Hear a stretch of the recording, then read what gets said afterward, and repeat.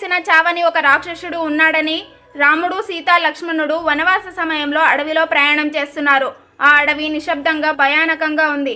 అప్పుడే భయంకర రూపంతో ఉన్న విరాధుడు వారి మార్గాన్ని అడ్డుకున్నాడు. అతడు సీతను ఎత్తుకుని అడవిలోకి పరిగెత్తాడు. లక్ష్మణుడు బాణాలు వేశాడు. రాముడు కూడా బాణాలు విసిరాడు. కానీ అవి విరాధుడికి ఏమాత్రం హాని చేయలేకపోయాయి. ఎందుకంటే విరాధుడికి బ్రహ్మదేవుడి వరం ఉంది. ఏ అస్త్రం కూడా అతడిని చంపలేని వరమది. అప్పుడు రాముడు ఇతడు సాధారణ రాక్షసుడు కాదని గ్రహించాడు. రాముడు లక్ష్మణుడు కలిసి అతన్ని నేల కూల్చి ఒక గోతిలో పడేశారు. అప్పుడే విరాధుడు తన నిజాన్ని చెప్పాడు. తాను ఒకప్పుడు తుంబురు అనే గంధర్వుడు గర్వంతో ఋషులను అవమానించడంతో శాపం పొంది ఆ శాపం రాముడి చేతిలోనే తొలగుతుందని చెప్పాడు.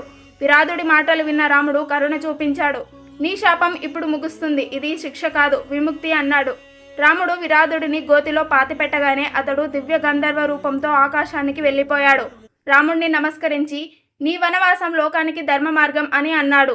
ఆ తర్వాత రాముడు సీత లక్ష్మణుడు మళ్ళీ అడవిలో ముందుకు సాగారు. ఈ వీడియో మీకు నచ్చినట్టయితే సీతారాం అని కామెంట్ చేయండి.